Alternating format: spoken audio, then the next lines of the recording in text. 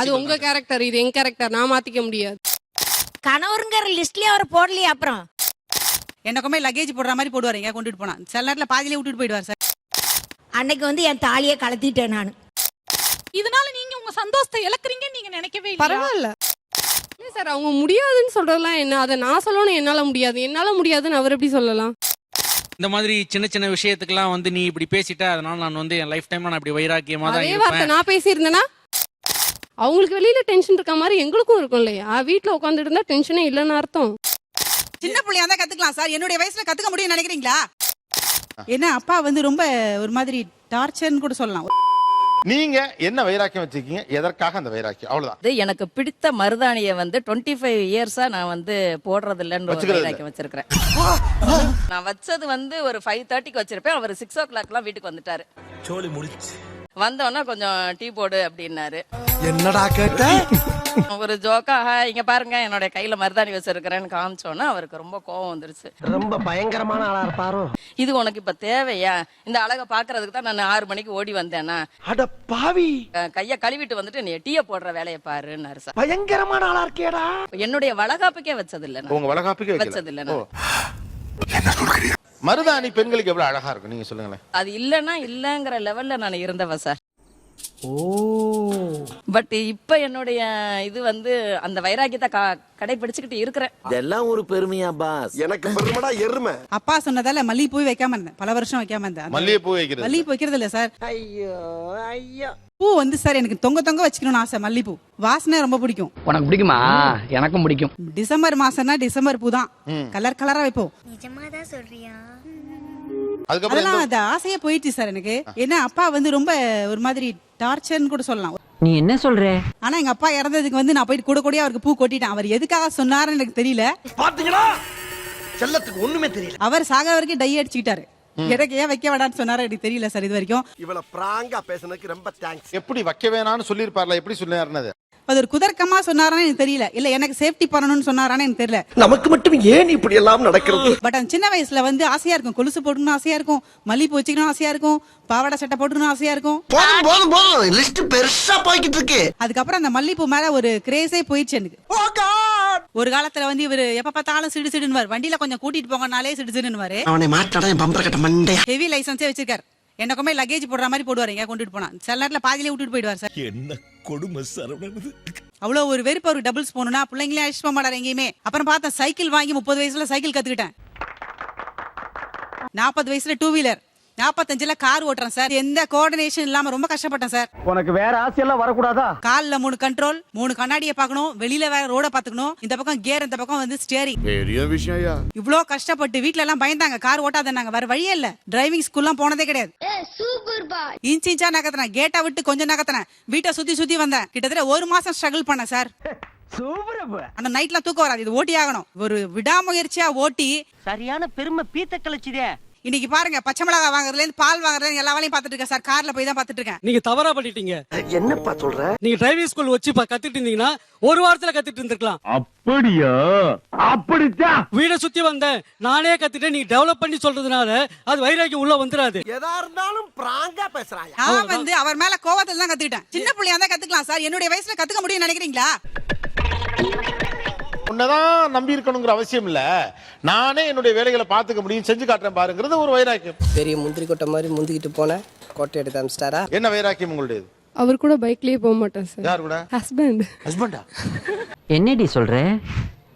நீ என்ன சொல்ற? இது ரொம்ப இதா இருக்குங்க. கணவரோடு பைக்ல போகணும்னு அவ்வளவு பேர் ஆசைப்படுறதானே. ஒரு சின்ன வார்த்தை ஒண்ணு சொல்லிட்டாரு. என்ன சொல்லிட்டாரு? அத கோவமா சொன்னாரு சார் அவரு. அந்த வேர்டை நான் இங்க சொல்ல விரும்பல. எங்க அம்மா வீட்டுக்குலாம் கிளம்புனா மட்டும் நீ இப்படி பண்ற, அங்கெல்லாம் போனா டக்குன்னு வந்துடுறல, இனிமே எப்படி வரேன்னு பாக்குறேன், இனிமே கூட்டின்னு போக மாட்டேன் அப்படின்னாரு. நான் குமார் அவசரப்பட்டிய. அதுல இருந்து இது வரைக்கும் எவ்வளவு சுச்சுவேஷன் வந்துடுச்சு, நான் போறது கிடையாது. அவசரம் என்ன பண்ணுவீங்க? எப்படி நம்மால் பின்றேன் பாரு. எங்க அக்கா இறந்துட்டாங்க, பெரியமா பொண்ணு. அப்ப கூட இவர் ஈவினிங் வந்துட்டு வாமா கிளம்பலாம் அப்படின்னும் போது கூட நான் போகல. நீ ரொம்ப ஓவரா போயிட்டு இருக்க, ரொம்ப ஓவரா போயிட்டு இருக்க. 100 ரூபாய் ஆட்டோக்கு கொடுத்து அதுலதான் வந்தேன். அதுக்கும் சொல்லி காமிச்சிட்டாரு. ஐயோ, 100 ரூபாய் ஆட்டோக்கு செலவு பண்ணினா அந்த வண்டியில வர்றதுக்கு உனக்கு என்ன வைராக்கியன்னு. அப்ப சைக்கிள் வாங்கினவதான். நீ என்ன அவ்வளோ பெரிய அப்பாட்டாக்கிறா? அது கூட நான் அப்பா கிட்ட தான் வாங்கினேன். எவ்வளவு காலம் அந்த வைராக்கியம் நீடிக்கும்னு நினைக்கிறீங்க?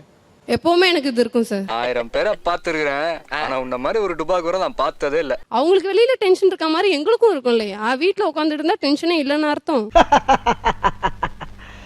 Good question. இவ்வளவு வைராக்கியம் இருக்குங்கிறதெல்லாம் ரொம்ப சில்லியான விஷயம் தான் நான் ஃபீல் பண்ணுவேன். பொம்பளைக்கு அடக்க இருக்கும், அகம்பாவ இருக்க கூடாது. இந்த மாதிரி சின்ன சின்ன விஷயத்துக்கெல்லாம் வந்து நீ இப்படி பேசிட்ட, அதனால நான் வந்து என் லைஃப் டைம்ல நான் இப்படி வைராக்கியமா தான் அதே வார்த்தை இருப்பேன். நான் பேசியிருந்தேனா? ரைட் விடு. இந்த கிளி கிளிக்கிறாள் எந்த ஒரு காரியா இருப்பா? அந்த வார்த்தையை நான் பேசியிருந்தேனா சும்மா இருப்பீங்களா? இல்ல, நிச்சயமா நான் வந்து அப்படிலாம் சொல்லியிருந்தா கூட நான் வைராக்கியமா இருந்திருக்க மாட்டேன் சார். என்ன கொடுமை சரவணன். நான் வந்து பயங்கர அது flexible உங்க தான் சார். கேரக்டர், இது என் கேரக்டர், நான் மாத்திக்க முடியாது. இது என்ன கிரியேட் பண்ணோம்னா வந்து இவங்களுக்கு வந்து அடமண்டான கேரக்டரை கிரியேட் பண்ணும். எங்க தலைக்கு எவ்வளவு தில்லு பத்தியா? நான் ஃபிளெக்சிபிளா போக மாட்டேன் அப்படிங்கிறது வந்து பாசிபிளா பிராக்டிக்கல் லைஃப்ல வந்து அது ஒர்க் அவுட் ஆகுமானா என்னால இல்லன்னா முடியும்.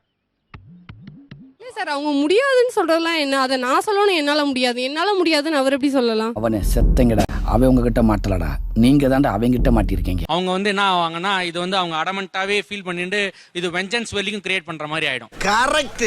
பட் பேரலா ஆண்கள் கொஞ்சம் இன்சென்சிட்டிவா பேசிடுறீங்களோ, டக்குன்னு கோவத்திலயோ? ஆஹா, ஏதோ சதி நடக்குதே.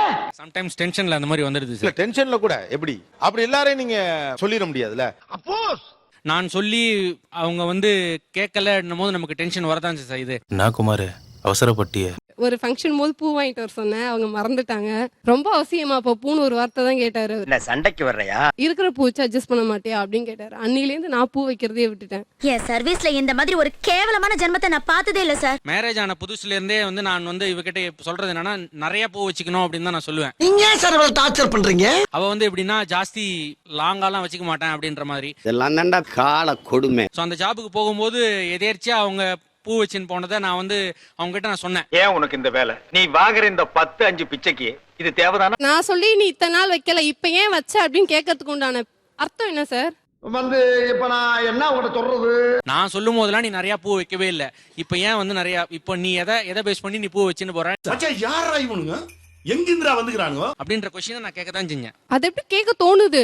அவன் கிடக்குறான்டா மயிராண்டி. சில்லி விஷயம் சார், இதுக்கெல்லாம் இவங்க வைராக்கியமா இருக்கிறாங்க. சில்லி விஷயமாவே இருக்கட்டும், நான் இப்படிதான். பொறுமை இருக்கணும், போக்கிரித்தனம் இருக்க கூடாது. அப்பாவோட அம்மா வந்து ஒரு டைம் வந்து ஒரு 12 வருஷத்துக்கு முன்னாடி வந்து ஒரு வார்த்தை சொல்லிட்டாங்க. இன்னை வரைக்கும் நான் அவங்கள பேசாம தான் இருந்துட்டு இருக்கேன். சாவு சாவும்ல. என்ன அப்படி சொல்லிவிட்டாங்க? தாத்தா இறந்திருக்க டைம்ல வந்து கடைசி அவர் என்ன சொல்லிட்டு போனாருங்கிற ஒருத்த கேட்டேன்.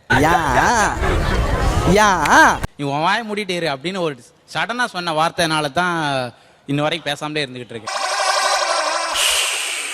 நீங்க 19 வயசுல அவ்வளவு பெரிய கேள்வி கேட்கலாமா? தாத்தா செத்துட்டு போனவர் என்ன சொல்லிட்டு போனார்? இல்ல, அது வந்து தமாசா கேக்குறது தானே. சபா இப்பவே கண்ணை கட்டுது. நீங்களும் ஜாலியா கேட்டீங்க, அவங்களும் ஏதோ ஒரு கோவத்துல சொல்லிட்டாங்க, அவ்வளவுதானே. இது கோவம் வந்து என்னால தாங்க முடியல. போங்கடா, ஏன்டா நீங்களாம் இப்படி இருக்கீங்க? எவ்வளவோ சொல்லி பார்த்தேன், இப்படி எல்லாம் வைராக்கியம் எடுக்காப்பா, கேட்கவே இல்லை. நாரப்பையில என்னது சொல்ல சொல்ல கேட்க முடியும், மீசி எடுக்காம இருக்கல. என்ன கம்பெனி தான் இப்ப நடக்கு, ரொம்ப தள்ள மாட்டிடுது. ஊருக்கு வந்திருக்கும்போது கையை பிடிச்சா எடுத்து பேசி பாக்கு.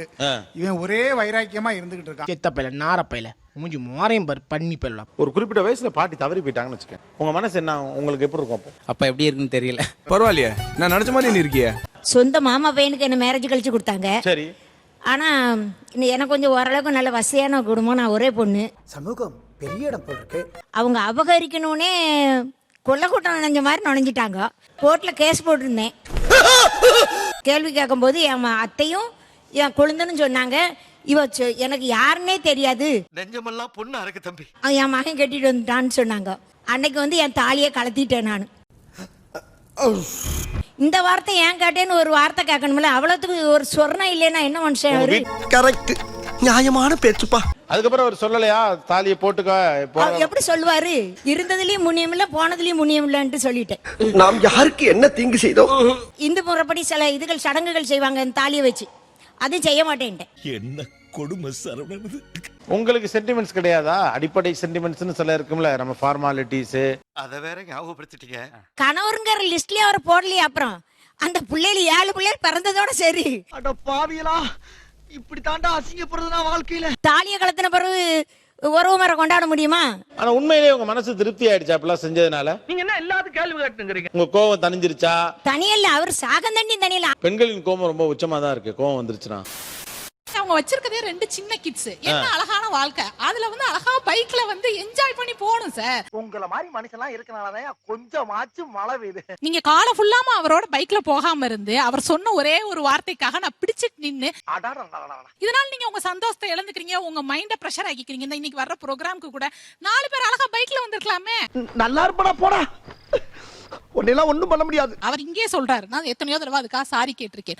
அதுக்கப்புறம் அவங்க அதை விட்டு கொடுக்கறதுல என்ன இருக்கு? என்ன டப்பு டப்பு டப்பு நடிக்கிறீங்க? எனக்கு அவங்க சொன்ன வார்த்தை பிடிக்கல, அதனால நான் போகல. கரெக்ட்டுமா? இதனால நீங்க உங்க சந்தோஷத்தை இழக்குறீங்கன்னு நீங்க நினைக்கவே இல்ல. பரவாயில்ல.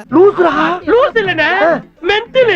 இதுல பிடிச்சு நிக்கிறதுல ஒண்ணுமே இல்லையே சார். பிடிச்சு நிக்கிறதுக்கு என்ன இருக்கு சொல்லுங்க? You are really a God gifted child. நான் என்ன சொல்றேன், உங்களுடைய லைஃப் ஸ்டார்ட் ஆன ஸ்டேஜ்ல போய் நீங்க அப்பயே முடிச்சுக்கிறதுல என்ன இருக்கு?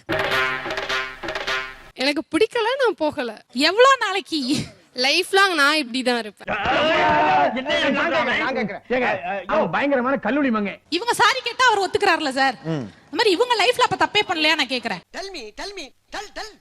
அவங்க சொன்ன விதம் தான் என்ன பாதிச்சதுனால நான் அப்படி இருக்கேன், அவ்வளவுதான். திரும்ப பேசுற நீ. பட் நீங்க வந்து அவரை ரியலைஸ் பண்ண வச்சுட்டா அதோட முடிஞ்சது madam. That ends the matter.